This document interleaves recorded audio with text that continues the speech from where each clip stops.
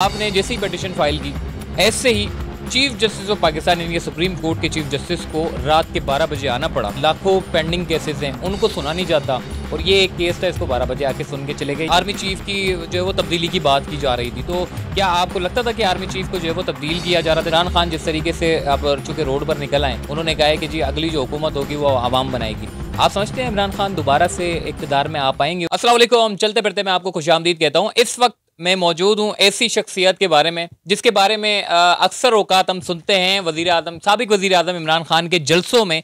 वो ये कहते हैं कि जी मेरे लिए रात को 12 बजे जो है वो कोर्ट को खुलवाया गया और रात को कोर्ट आकर उसने मेरे खिलाफ जो है वो फैसला दिया। आज हम बात कर रहे हैं ये जो फैसला हुआ है, ये फैसला क्यों हुआ, इसकी पिटीशन फाइल की गई। वो पिटीशन फाइल करने वाला कौन था, उससे आपकी मुलाकात करवाते हैं। मौलवी इकबाल हैदर साहब इस वक्त हमारे साथ मौजूद है। मौलवी इकबाल हैदर साहब, बहुत शुक्रिया आपने हमें टाइम दिया। रात बजे वैसे तो हम देखते हैं कि जब भी पिटीशन फाइल होती है तो उसका एक टाइम होता है, शेड्यूल होता है, 2 दिन 4 दिन 10 दिन लगते हैं। लेकिन आपने जैसे ही पिटीशन फाइल की, ऐसे ही चीफ जस्टिस ऑफ पाकिस्तान यानी सुप्रीम कोर्ट के चीफ जस्टिस को रात के 12 बजे आना पड़ा और समात लगाई गई। ये आपने पिटीशन क्या फाइल की थी, उसमें आपको क्या ऐसे शक व शबूब थे जिसकी वजह से आप रात गए एप्लीकेशन फाइल की और रात गए कोर्ट भी आ गई? Thank you very much. ये जो इमरान खान साहब बार बार इस बात को इजहार करते हैं कि रात को 12 बजे कोर्ट खुली। कोर्ट देखिए, कोर्ट तो कोर्ट है, हर वक्त कोर्ट है। जो कॉन्स्टिट्यूशनल कोर्ट्स होती हैं, सुप्रीम कोर्ट हो या हाई कोर्ट्स हो, वो घर पर भी अगर जज है तो वो वहाँ पे भी कोर्ट है। और कोर्ट्स की जो बिल्डिंग है वहाँ पर भी, आप यहाँ सिंध हाई कोर्ट चले जाएं या इस्लामाबाद हाई कोर्ट जाएं या लाहौर हाई कोर्ट जाएं, तो रात के 12 बजे भी आप देखेंगे, 2 बजे भी देखेंगे, तो वहाँ पे वो बाकायदा स्टाफ मौजूद होता है। और ये चाहे वो चौकीदार की सूरत में हो या वो किसी एक डीलिंग क्लर्क जो होते हैं उनकी सूरत में। अच्छा, अब जो रात के 12 बजे वाली बात है वो ये है कि उस दिन ऐसी सूरत हाल मौजूद थी कि पूरी कौम इस तजस्सुस में थी और हर शख्स इस तजस्सुस में था कि सुप्रीम कोर्ट ने 7 अप्रैल को वाज़े तौर पर एक आर्डर पास कर दिया है और उस आर्डर में ये कहा गया है कि आप जो है वो वोट ऑफ नो कॉन्फिडेंस को जो है वो काउंट होने दें, वो कॉन्स्टिट्यूशनल प्रोसेस है उसको ना रोकें। इतना बड़ा जजमेंट आ गया। उस जजमेंट को अनडू करने के लिए, यानी पार्लियामेंट अपनी सुपरमेसी बताना चाहती थी, तो वो मुल्क में पार्लियामेंट सुप्रीम नहीं है, हमारी अदालत सुप्रीम नहीं है, हमारा कॉन्स्टिट्यूशन जो है ना वो सुप्रीम है। और कॉन्स्टिट्यूशन का जो ऑब्जेक्टिव रेजोल्यूशन है वो कॉन्स्टिट्यूशन के ऊपर भी सुप्रीम है। यानी अगर पार्लियामेंट चाहे कि हम कॉन्स्टिट्यूशन को अमेंड कर दें तो 2/3 अक्सरियत से वो अमेंड कर सकते हैं, लेकिन ऑब्जेक्टिव रेजोल्यूशन को वो टच नहीं कर सकते, बेसिक स्ट्रक्चर को चेंज नहीं कर सकते। तो बेसिक स्ट्रक्चर में जो है वो अदलिया की आज़ादी की ज़मानत दी गई है। तो अदलिया की आज़ादी हमारे बुनियादी हकूक़ से मशरूत है, हमारे बुनियादी हकूक़ की अदलिया ज़ामिन है। और उस दिन ऐसी हालात पैदा हो गए थे कि अब ना जाने क्या होगा, अब ना जाने क्या होगा। वो सेशन को तूल पे तूल दिए जा रहे थे, मुख्तलिफ तकारीर के वहाँ पर शोज़ हो रहे थे, हर शख्स अपने तकरीर के जौहर दिखा रहा था, लेकिन उस सुप्रीम कोर्ट के हुक्म पर उस अमल नहीं हो रहा था। स्पीकर बार बार कहता कि मैं मनोवान अमल करूँगा, लेकिन भाई करो तो। अगर उसे मनोवान अमल करना था तो रात के 11:15 बजे उस स्पीकर जो है वो रिजाइन क्यों दे गया, अमल करा देता। इसका मतलब वो अमल करने नहीं जा रहा था। तो वो जो सूरत हाल थी, उस सूरत हाल में अदालत खुद अपने इस तशवीश में थी कि कहीं ऐसा तो नहीं कि मुल्क में कोई इमरजेंसी लग जाएगी, कोई ऐसा तो नहीं कि हमारा आइन मुअत्तल हो जाएगा, ऐसा तो नहीं कोई डेमोक्रेटिक सिस्टम डीरेल हो जाएगा, ऐसा तो नहीं कोई जुडिशरी सिस्टम को या और कोई सिस्टम हमारा जो है ना वो कोलैप्स हो जाएगा। वो तो उनका ये मौक़िफ़ था कि साबिक डिप्टी स्पीकर कहा कि पहले हम बात कर लेते हैं, जो थ्रेड के बारे में बात हो रही थी, गैर मुल्की मरासला आया है, उसके ऊपर कौमी असम्बली में पहले डिस्कस हो जाए और उसके बाद फिर अदालती अहकामात पर भी अमल दरामद हो जाए। मगर ये जो मरासला था उसके ऊपर तो बात को छेड़ा ही नहीं गया। हालांकि ये बात तो खान साहब भी अपनी तकरीर में कहते रहते हैं कि मरासले को पहले देखना चाहिए था, बाद में जो सुप्रीम कोर्ट का जो अहकामात थे जी, नो वोट कॉन्फिडेंस, वो उसके बाद हो जाता। तो क्या ये ऐसा मुमकिन था? नहीं, वो हुआ ये था कि मरासला थी वो actual first time Imran Khan ने 27 मार्च को इस्लामाबाद के जलसे में बहैसियत वजीर आजम एक खत लहराया। मरासला नहीं रह, मरासला तो वो एक देखे ना, वो उसको वो जो हमारे कोड में साइफर एक मतलब केबल है। अब केबल और साइफर एक खत नहीं है, ये चीज़ और है। केबल और साइफर दूसरी सिस्टम में है, वो एक लिफाफा नहीं है। तो उसने जो लहराया था वो लिफाफा था, खत था, वो साइफर या कोई केबल नहीं था। एक तो ये चीज़। अब मसला वहाँ पे जो है वो ठीक है, जो भी था। अब जब वो कौमी असम्बली के अंदर डिबेट शुरू हुई तो फवाद चौधरी साहब ने पूरी तकरीर उस मरासले पे की, साजिश पे की, और कहा कि पाकिस्तान के खिलाफ बहुत गहरी साजिश हो रही है। भाई गहरी साजिश कौन सी गहरी साजिश हो रही है? आप तो पहले भी चंद वोटों के साथ, कोलेशन के साथ आप इख्तिदार में आए थे। वो कोलेशन पार्टीज जो हैं वो हट गई, आपका इख्तिदार खत्म। इसमें कौन सी साजिश है? वो पार्टीज के हटने की उनको बहुत तकलीफ थी। अब वो बात जो आप जो बेसिक सवाल लेके बैठे हुए हैं, या इमरान खान साहब भी उसी बेसिक सवाल को हर तकरीर में वो भूलते नहीं है, रात 12 बजे। अरे उनको गलत फहमी है, रात 12 बजे हर रोज़ अदालत होती है, लेकिन हालात अगर ऐसे होंगे तो बिल्कुल अदालत आ सकती है। अदालत जो है वो एक मेरे हिसाब से जैसे घर में माँ और बाप होते हैं ना, तो ये बिल्कुल आवाम के लिए अदालत माँ और बाप का रोल अदा करती है नहीं? एक सवाल मैं ये भी करूंगा कि ज़्यादातर जो अदलिया के बारे में कहा जाता है कि लाखों पेंडिंग केसेस हैं, उनको सुना नहीं जाता, और ये एक केस था, इसको 12 बजे आके सुन के चले गए। इसके बारे में क्या कहेंगे? नहीं, वो प्रायोरिटी की बात होती है ना। उस वक्त जो सरकमस्टांसेस प्रिवेल कर रहे थे ना, जो सूरत हाल थी, उस सूरत हाल में लोगों के क्रिमिनल केसेस हैं, सिविल केसेस हैं, और बहुत सारी लिटिगेशन है वो सब।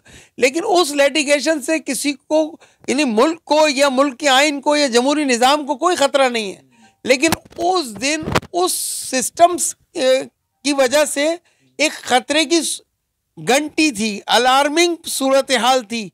यानी मैं इस्लामाबाद में ही था, तो मुझे ख्याल आया कि ये अमल नहीं करेंगे और ये टाइम को इतना डिले करेंगे कि आइन के अंदर जो 10 दिन का टाइम दिया गया है, वोट ऑफ नो कॉन्फिडेंस 10 दिन के अंदर अंदर होगा, तो ये उस टाइम को गैन करके और अब कह देंगे कि ये वोट ऑफ नो कॉन्फिडेंस इंफ्रैक्चर हो गया, बेकार हो गया, गैर मौसर हो गया। तो ये उनकी हिकमत अमली ये थी। और सुप्रीम कोर्ट की फैसले पे अमल ना कराना, ये उनकी कि भाई किस तरीके से टाइम को डिले करें, ज़्यादा क्या होगा, तौहीन अदालत की कार्रवाई हो जाएगी, हम 2-4 लोग कुर्बानी दे देंगे तौहीन अदालत में, स्पीकर कुर्बानी दे देगा, डिप्टी स्पीकर कुर्बानी दे देगा। तो उनके जहन में तौहीन अदालत का कॉन्सेप्ट था। और बहुत सारे लोगों के जहनों में तौहीन अदालत से बढ़कर बात थी कि और अब ख़ास तौर पर अदलिया के जहन में भी ये बात आ गई थी कि शायद कोई इस वक्त सुप्रीम कोर्ट के हुक्म पर अमल दरामद कराने के सिलसिले में या किसी और नतीजे में इमरान खान जो रात के 10:30 बजे कैबिनेट का इजलास बुला रहे थे वहाँ पे, और स्पीकर को किस कानून के तहत, मैं पूछ रहा हूँ, बुलाया था उन्होंने, क्या वजह थी? स्पीकर जो है वो कस्टोडियन ऑफ द हाउस होता है, स्पीकर सबका स्पीकर होता है, इमरान खान का स्पीकर थोड़ी था। लेकिन वो स्पीकर वो अपनी बरकरार नहीं रख सका अपनी इनफरादियत को, जो एक पार्शल बन गया। वो इम्पार्शलिटी होती है ना, मतलब ये कि सबके लिए स्पीकर तो सबका है वो, लेकिन उस दिन उसने अपनी स्पीकरशिप को बरकरार नहीं, अपने आइन से मावरा उसको बुलाया गया, आइन से मावरा वो गया, और स्पीकर जो है वो जो प्राइम मिनिस्टर कहना चाह रहा था तो वो करना चाह रहा था। तो खुद प्राइम मिनिस्टर जो है वो इमरजेंसी लगाने की पोजीशन में आ गया था, और उसने शायद फैसला किया था कि मैं कोई इमरजेंसी लगा दूं और इमरजेंसी लगा के सिस्टम को लपेट दूं, क्योंकि वो उससे 4 दिन पहले उसने ये सिस्टम किया था।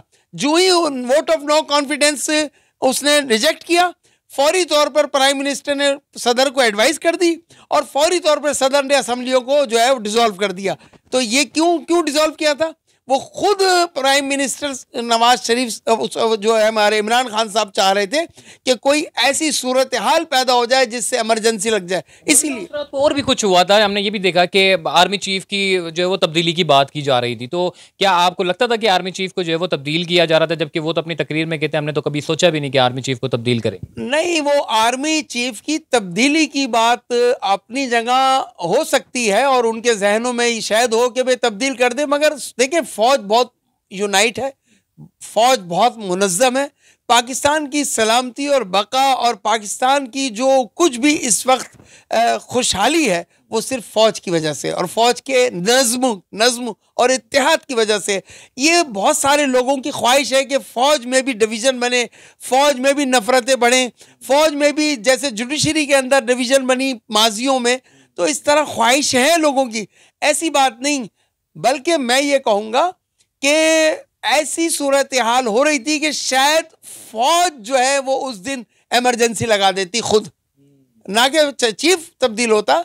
शायद फौज, क्योंकि सूरत हाल बहुत घनावनी हो गई थी और बहुत ज़्यादा हालात ख़राब हो गए थे, तो अदलिया को इसलिए फौरी तौर पर आना पड़ा, और एक दिन पहले अदलिया ने रोका है कि कोई एक्स्ट्रा कॉन्स्टिट्यूशनल मेजर्स ना लिए जाएं। मतलब ये तो खुद हुक्म इम्तनाई पहले दे चुकी थी, लेकिन फिर भी ये एक सूरत हाल ये तकाजा कर रही थी कि शायद कोई फौज आके पीसीओ लगा दे, इमरजेंसी लगा दे, तो उसका बहुत खतरा था। साहब, आप जब एप्लीकेशन फाइल करते हैं तो बड़ा आपको टाइम दिया जाता है, कभी 2 दिन दे देते हैं, कभी 5 दिन दे देते हैं, लेकिन ऐसा क्या हो गया था कि आपको जो जैसे ही आपने एप्लीकेशन फाइल की ऐसे ही सूरत हाल तब्दील हो गई, चीफ साहब भी आ गए एकदम? आपको आपने जब पिटीशन फाइल की तो आपको खुद महसूस नहीं हो रहा था कि जी ये ऐसा क्या हो गया कि फौरन से सारे काम होने लगे? नहीं सर, वो जो सूरत हाल थी इमरजेंसी की थी, हर तरफ इमरजेंसी थी, यानी फौज अपनी जगह इमरजेंसी सूरत हाल में थी कि निमटने के, पता नहीं कोई बैरूनी मदाखलत ना हो जाए, कोई इंटरनल डिस्टर्बेंस ज़्यादा ना हो जाए। तो अदलिया अपनी इमरजेंसी में थी और वकला अपनी मुतहरिक थे, हर शख्स अपनी जानिब में बेचैन था। तो वो तो सूरत हाल ऐसी थी कि अदलिया को मैं नहीं, क्या कोई भी आ जाता और मेरे उस पर नहीं, खुद अदलिया खुद नोटिस लेने का इख्तियार रखती है और वो करती।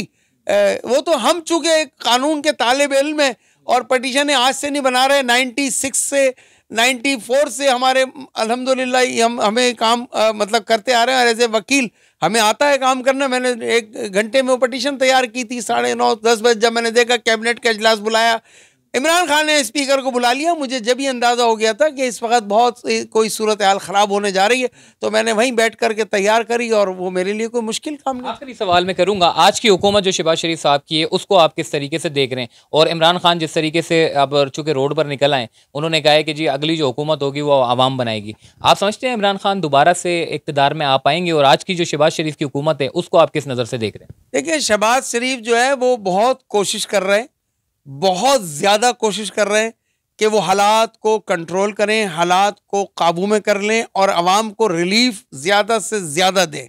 शहबाज शरीफ ये इसलिए भी कर रहे हैं कि ज़ाहिर ये एक सियासत का तकाजा है, उन्होंने बाद में इलेक्शन में भी आना है, तो वो इस वक्त बताना चाहते हैं, अपना लोहा मनवाना चाह रहे हैं कि मैं एक कैपेबल वज़ीर आज़म के तौर पर जाना जाऊं, मैं एक ऐसा वज़ीर आज़म के तौर पे सामने आऊं कि लोग कहें कि भाई ये आवाम का मसीहा है। वो तो ये कोशिश कर रहे हैं, उनकी कोशिशें यकीनन उनकी नीयत सादिक होगी और उनकी नीयत में कोई सियासी लालच नहीं होगा। और ज़ाहिर है एक सियासतदान की कोशिश ये होती है कि आवाम को फलाह हो और उसका इक़्तिदार मजबूत हो। जहाँ तक दूसरी बात है इमरान खान जो है वो एक आदमी मतलब मैच में हार जाता है, शिकस्त खा जाता है, तो उसको अपनी वो शिकस्त पसंद नहीं आ रही, उन्हें वो इस बात का यकीन नहीं आ रहा कि उनकी गवर्नमेंट जो है वो ख़त्म हो गई है, और वो ये सोच रहे हैं कि मेरी गवर्नमेंट ख़त्म हो गई है तो क्या है, वो मेरे साथ अवाम है। अवाम को हकायक तो पता ही नहीं है। जब खुद इमरान खान साहब की गवर्नमेंट थी तो कौन से हम खुशहाल थे? क्या हमारा डॉलर काबू में था? क्या हमारी कोई चीज़ महंगाई कंट्रोल में थी? कुछ भी नहीं। मैं खुद पटिशनर रहा हूँ, मैंने कई बार, आप तो इस बात के गवाह हैं कि मैंने तेल की कीमतें मुतअद्दिद बार, और जब हम तेल की कीमतें सालाना बढ़ती थी और महीने में दूसरे महीने बढ़ती थी, तो हमें जो है वो जजेस साहिबान पूछते थे कि पिछली आपकी 4 पटिशन है, 5 पटिशन है, अब ये 6ठी हो जाएगी, अभी 7वीं हो जाएगी। तो हमें भी अच्छा नहीं लग रहा था कि भाई ये, मगर हमारे पास ऑप्शन कोई नहीं है कि हम कहाँ जाएं। अदालत हमारी, मैंने कहा ना, अदालत हमारी अवाम की माँ और माँ बाप है। ठीक है जी। मौलवी इकबाल हैदर साहब इस वक्त हमारे साथ मौजूद थे उस रात को जब इंटरनेशनल सतह पर और मुल्की सतह के ऊपर जो है दुनिया की नजरें जो है वो सुप्रीम कोर्ट पर जमी हुई थी और कौमी असेंबली में जमी हुई थी कि साबिक वजीर आजम के साथ क्या होगा, क्या वो घर जाएंगे या फिर वजीर आजम रहेंगे। ये सारी बातें जो डिटेल में रही थी, प्रैक्टिकली ये खुद इस्लामाबाद में मौजूद थे और जो कुछ भी होता रहा कौमी असेंबली में या फिर सुप्रीम कोर्ट में, ये खुद मौजूद थे। इनकी ज़बान से सुनना जो है वो बड़ा ज़रूरी था ताकि आपको एक जो चीज़ हकाई है वो आपको पता चल सके। तो चलते फिरते थे, मुझे दीजिए इजाज़त, तब तक के लिए अल्लाह हाफिज़।